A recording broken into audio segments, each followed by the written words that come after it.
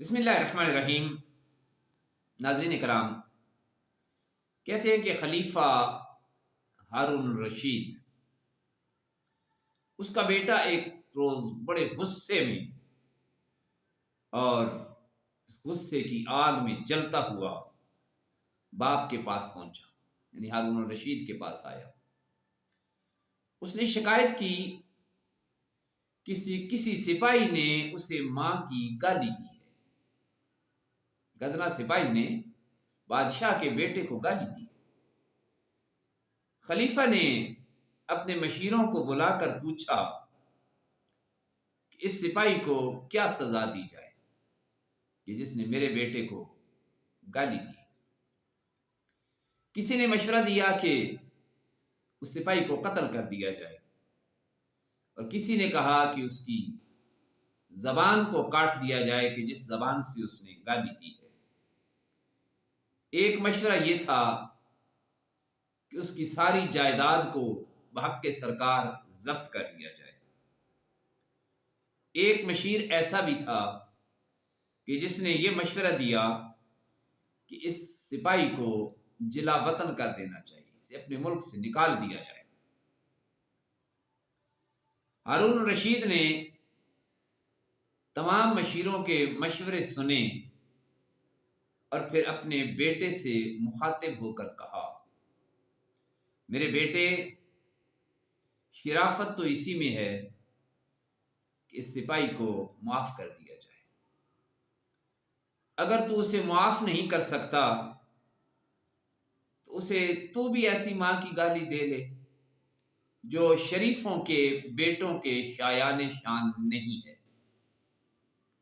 دو ہی حل ہیں، یا تو ایسی گالی اس کو بھی دے، لیکن شرفاء کسی کو گالیاں نہیں دیا کرتے، یا پھر اس کو معاف کر دیا جائے۔ اور پھر بیٹے سے کہا کہ مگر میری ایک بات کبھی نہ بھولنا کہ حد سے مت بڑھنا،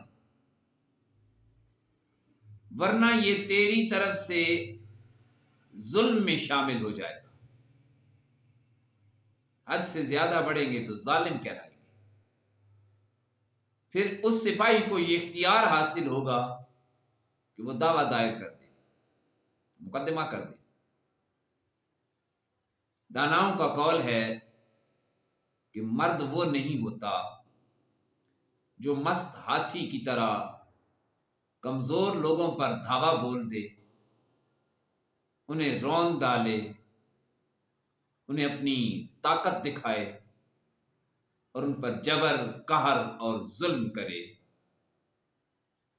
بلکہ مرد جری وہ ہے، مرد جواں اور باہمت وہ شخص اور اصل بہادر وہ شخص ہے کہ جب اسے غصہ آئے تو اپنے غصے پر قابو پا لے اور اپنی زبان کو اس طرح کنٹرول کرے کہ اپنے دشمن پر کبھی اپنی زبان کو بھی نہ کھولے، کبھی بد کلامی اور بد زبانی وہ شخص نہ کرے۔ یہ کہتے ہیں کہ ظلم کے بدلے میں برابر کا بدلہ لینے کی اجازت تو ہے، کہ جس نے جتنا تم پر ظلم کیا، جتنی زیادتی کی، تم بھی اس کے ساتھ اتنی زیادتی کر لو، لیکن حد سے تجاوز کرنے کی اجازت نہیں دی گئی کہ کسی نے تمہیں کوئی بات زبان سے کہہ دی اور تم اس کا جواب اتنی شدت کے ساتھ دو کہ جو ظلم کے زمرے میں آ جائے، ورنہ اضافی کا تمہیں دنیا میں بھی اور قیامت کو بھی حساب دینا پڑے گا۔ بہت بہت شکریہ۔ اللہ حافظ۔